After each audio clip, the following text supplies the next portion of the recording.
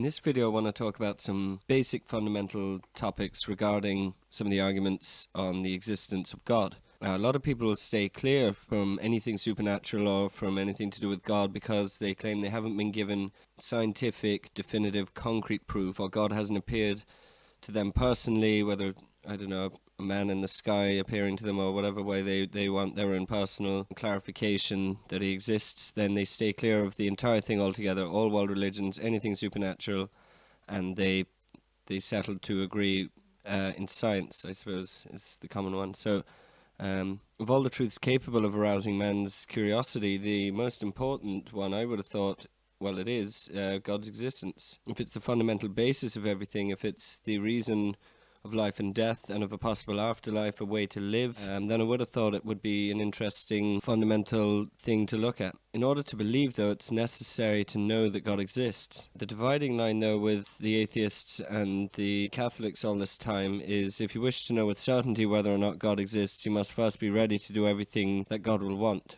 After that, you come to know him. So that's always been the dividing line. The atheists want God to prove himself to them first, and then they'll prove himself to God, whereas the Catholics, they say, you have to do it on the other way around. Otherwise, it's to be feared that a bad conscience will heap up so many objections that he'll never get to know the truth. So a lot of people are in this state of comfortable ignorance.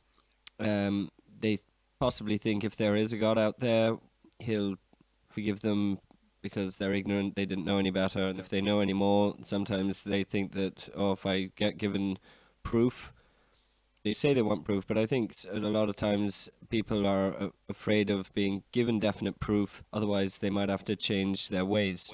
However, the truth of God's existence is so important that each man has the serious duty, both to himself and to his neighbour, to study in depth the adequate reasons for all to believe, and if he's arrived at the truth, to adhere to it and be faithful to its conduct. And in terms of proof, when they say they want proof, there does exist numerous proofs of the existence of God and his revelation which are accessible to human reason. There's one that rests on certain data. Proof is rigorous. It comprises 7 affirmations which are linked to each other.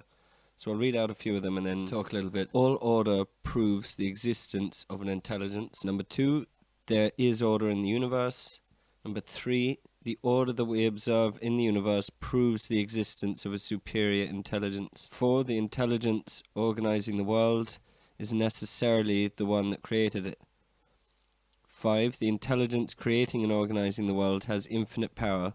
It is called God. 6, has God revealed religion to men? 7, did Jesus Christ found a church? And which church is it? So we can discuss a little more in detail on those points.